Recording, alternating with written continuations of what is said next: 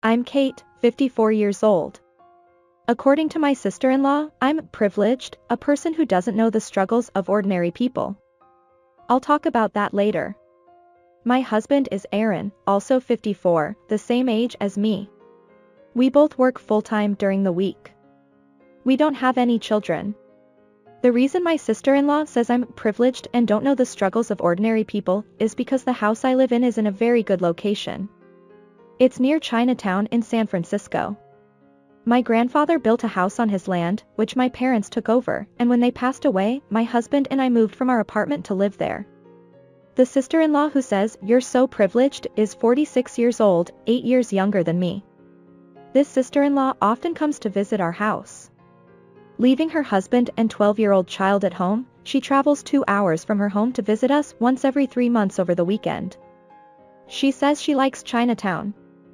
This sister-in-law was born when my husband was in elementary school, and he said she was small and cute. It seems that her parents loved her very much because she was born late. It must be nice, growing up in such a place without any struggles. She says this with a sense of inferiority.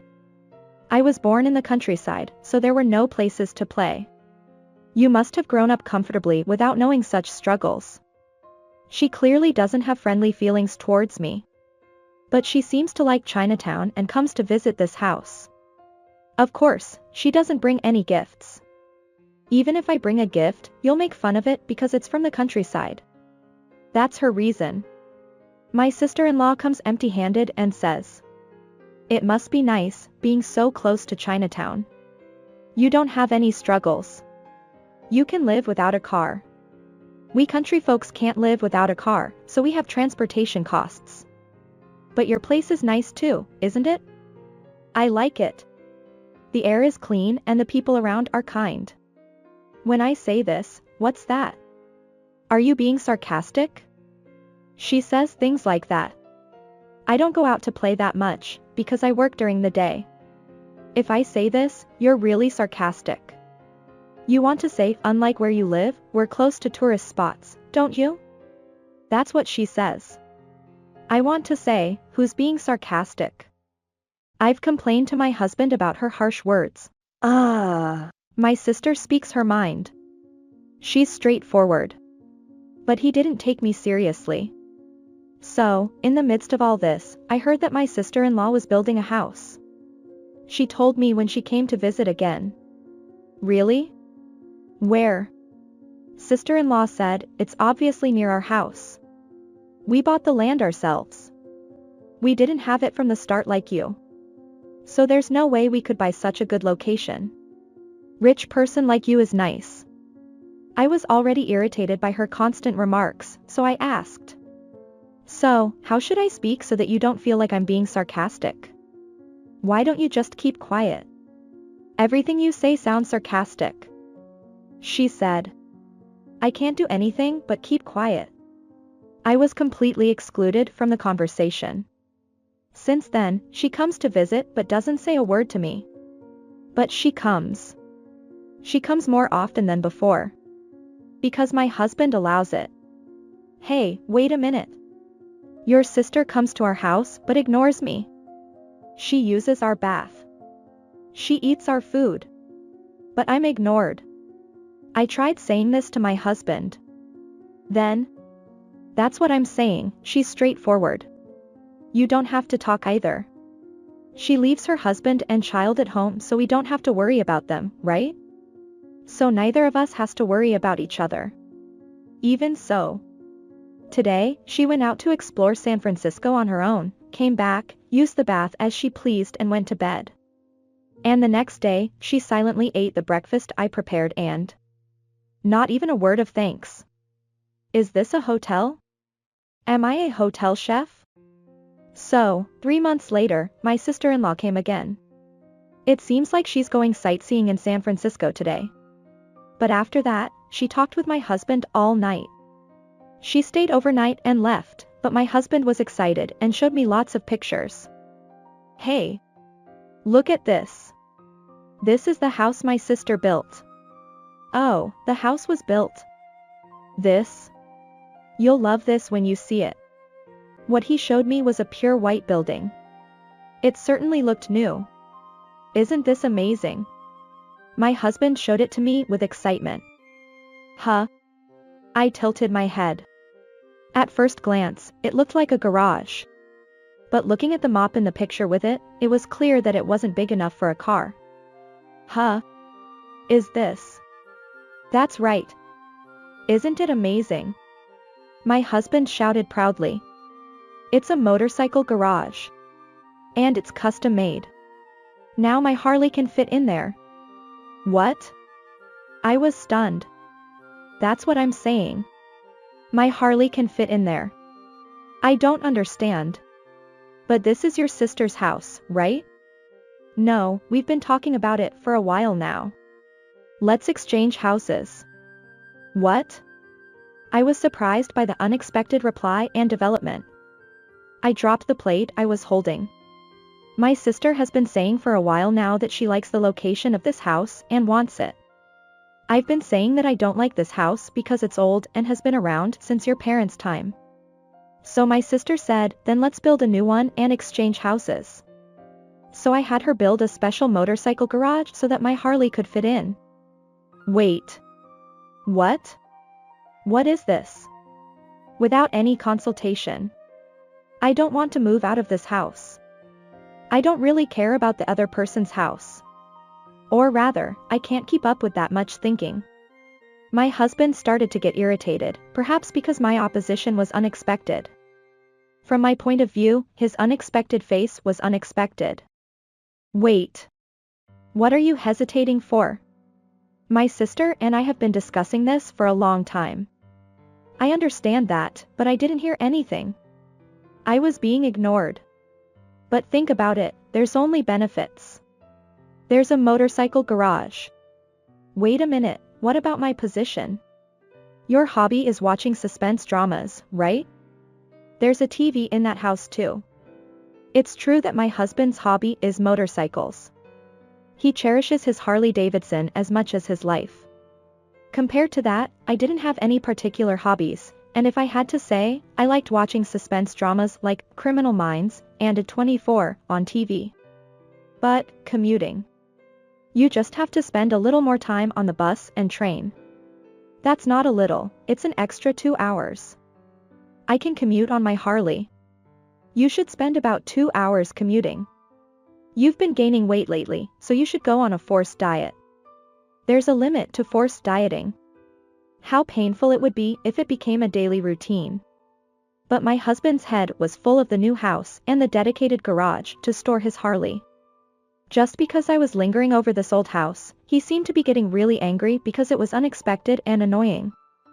Finally, my husband resorted to drastic measures. I'll give my house to my sister and her husband.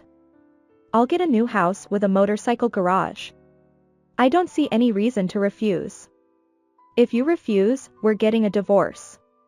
He started saying things like that. Huh? Divorce? Did you just say divorce? Are you going to push me that far? I thought. Okay, just give me one night to think about it. That was all I could say. I crawled into bed and I think I was in shock for about 2 hours. A house with a motorcycle garage seems like it was built for my husband. My sister-in-law doesn't have a motorcycle at her house. That means she built the house with the intention of taking over from the beginning. But when I thought about it, my husband who agreed without thinking was also at fault. And then, he decided on the deal without consulting me and said, if you refuse, we'll get divorced. This is clearly threatening. I won't forgive him. So I spent the next 8 hours until morning researching various things on my smartphone. The next day, I agreed to move out. I'll pack up, so wait 2 weeks. I have work on weekdays too. I added a condition. And one more thing. My sister-in-law and her husband can't move in until after we've moved out, right? I said. Well, yeah, and I want to hand it over in good condition as a thank you for making the garage, so can we hand it over after another 2 weeks? We'll have it cleaned by professionals and hand it over. My husband understood. I made 2 phone calls when my husband wasn't around. The 2 weeks flew by. My husband was happily packing his things, muttering, "Harley, Harley." He was deciding on the furniture layout while asking my sister-in-law on the phone, "How wide is that room?" It seems there were also calls from her about the floor plan. Since they are moving from their current apartment, even 4 weeks of preparation for the move is quite short. They seem to be busy preparing for the move. And then, moving day. "Hello. We're a white moving company. The movers arrived." "Oh, please come in, this way." My husband invited the movers in. But immediately after that. "Hello. We're a brown moving company." Another moving company arrived. "What?" my husband exclaimed. I slipped past my husband and said, "Oh, please come in, this way." I invited the movers in. "Wait a minute. What's going on?" My husband yelled. "What do you mean what's going on? I told you, didn't I? That it's okay to move. So let's move separately to our new homes. Movers, the items with yellow colored tape are the ones I want you to move, so please take them this way. The rest goes to Brown Moving Company." I briskly gave instructions. And an hour later. "Well, that's it. Thank you for everything. I'll send you the divorce papers later." "Wait a minute." My husband shouted in a panic. "You said you wanted a divorce, didn't you?" I left my husband behind and quickly left the scene in a taxi I had called. I got in the taxi, but it only took a few minutes to get to where I was going. "Good work." The person waiting for the taxi came over to me. It was my brother Noah. My brother had come to help me move. "Well, it's good that you found a house in 2 weeks. It's a rental though. You can look for an apartment or something once things settle down. You've had quite a misfortune." Misfortune is an understatement. For now, I've marked the necessary items for living like a rice cooker with yellow tape, so I'll manage somehow here. My brother helped me move. Even though the movers arranged the large items, I needed a man's help for the small details. I was saved. With my brother's help, the move was completed within the day. "Well, then, call me again in 2 weeks." My brother left. Now, about the 2 weeks later, my brother mentioned. That is, 2 weeks after the day I moved. My phone rang. As expected. "Hello?" The voice on the other end was my sister-in-law. "What's going on?" I just listened silently. "The house is gone." I looked down, suppressing a laugh. It was hard not to make a sound. "It's just a vacant lot." "Why are you silent?" "Because you told me to be quiet, didn't you?" "Ah!" my sister-in-law screamed. I finally burst out laughing. It seemed that my sister-in-law and my husband were together. The phone was handed over to my husband. "Did you have to go that far?" He yelled at me in a voice that sounded like he was about to cry. I don't want to hear that from someone who threatened me. I really had a stomach ache from laughing so hard. Besides, I said I wanted to leave it clean, didn't I? That's not what clean means. It's the ultimate clean. It's brand new. My husband clicked his tongue repeatedly. "Anyway, you come and talk. I have nothing to talk to you about. If you refuse, I won't stamp the divorce papers. You said you'd divorce me if I refused to leave that house, didn't you? What a turnaround." "Shut up." "Well then, I'll go to your house for now. But I'm scared to go alone, so I'll bring someone with me." With that, I contacted my brother. "Is it my turn? Let's go." My reliable brother. "Thank you all for gathering here today," and so on. My sister-in-law's husband, whom I hadn't seen since our wedding ceremony, started speaking as if it were a wedding ceremony. He seemed like a weak-willed man. Myself, my brother, my husband, my sister-in-law and her husband sat around the table in my husband's new home in a circle. The child was in the next room as expected. But even so, the scene in that room was spectacular. My sister-in-law came here triumphantly, but when she saw the vacant lot where her house used to be, she was stunned. but she had already cancelled her apartment lease and couldn't go back. So she hastily moved her belongings into the new house that my husband was supposed to move into. As a result, there were 2 of everything, 2 cupboards, 2 tables, and the space was incredibly cramped. Having 2 of everything was creepy. Why would you demolish it? Isn't that too much of a provocation against me? That's right. Is this some kind of provocation? There's a limit to being mean. My brother and sister yelled at each other. I laughed. The land and house were inherited by me. It originally belonged to my grandfather, so I can do whatever I want with it. Huh? My husband flinched. My brother helped me. In other words, my sister inherited that land and house. So it's her personal property and doesn't become part of your shared property with her. In other words, you don't have the right to decide to give it to your sister in the first place. Huh? What? Both my sister-in-law and husband were taken aback by this unexpected development. If you had told me that earlier. Are you blaming me? If she's being threatened with divorce by her husband and being ignored by her sister-in-law, she can't say anything. My brother said it for me. So, I decided to demolish that house and sell the land because it's too big for me to live alone after the divorce. Yes, the day after I was threatened with divorce, I called 2 places. One was my brother, and the other was a demolition contractor. They told me it would take 10 days to demolish the house. It takes my sister-in-law 2 hours to get here, 4 hours round trip. If she doesn't have much time to prepare for the move, she won't be able to come because she'll be busy packing. The same goes for my husband, who moved into a new building near my sister-in-law's apartment.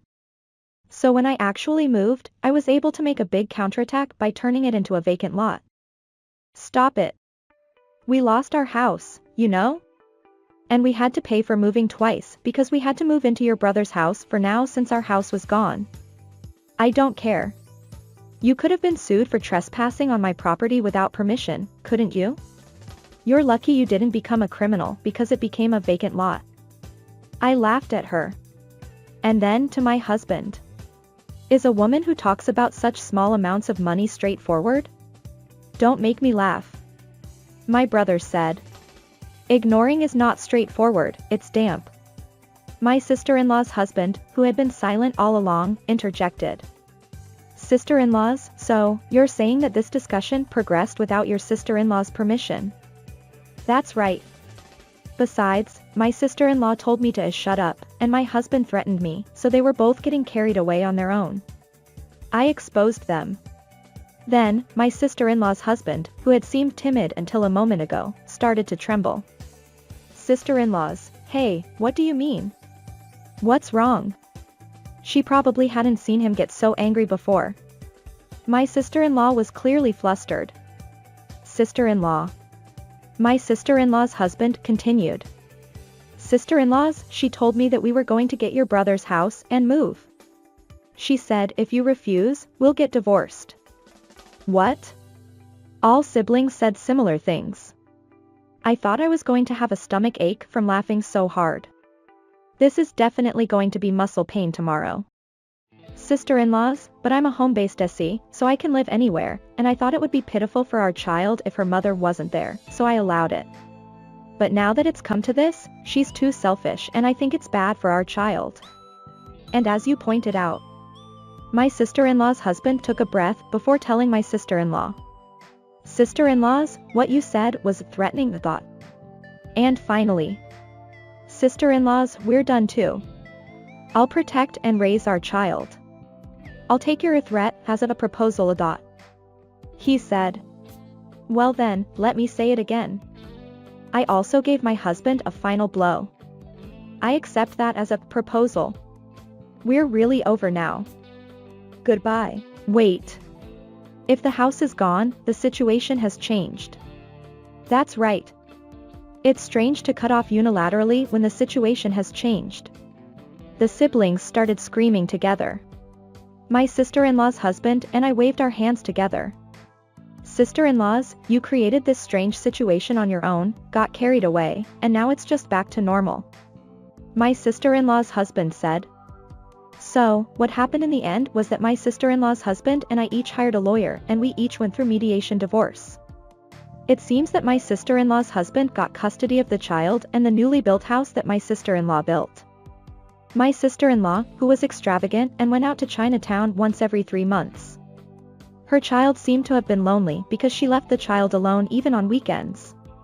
The father started to take care of the child because he became a single parent, and the child was better off this way. The child seems to be saying that is happy because her father is there for her. The reason why the new house was given to my sister-in-law's ex-husband is because my sister-in-law did not have enough income to pay the loan. It's amazing that she can go to Chinatown once every 3 months and spend money extravagantly with such a lack of income. In the end, her spending habits did not change and I heard that she is in debt. The motorcycle garage is going to be demolished and the layout will be changed a little to make it a parking lot. As for my ex-husband, he had been working together until now, so he didn't have enough money to invest in Harley after being kicked out of my house. He was taken a lot in the property division and had to let go of his Harley. He lost his hobby by losing his Harley, lashed out at his lawyer, became desperate in life and started drinking heavily. I turned the site of the house I demolished into a parking lot. Because it's close to Chinatown, I was able to charge a high parking fee and get a regular income from it. With that as my capital, I ended up buying an apartment. It's a one-person apartment, so the layout is small, but it's comfortable because of that. I sat down in front of the big screen TV with a grin on my face. Today is the day 24 is broadcast on TV. The moment when I can watch it without being disturbed by anyone with a beer in hand is the best. I've already taken a bath, so it's the strongest set of no makeup, pajamas, beer, big screen, and a 24. I set up some cheese snacks, buried myself in the sofa and pressed the button on the TV remote control.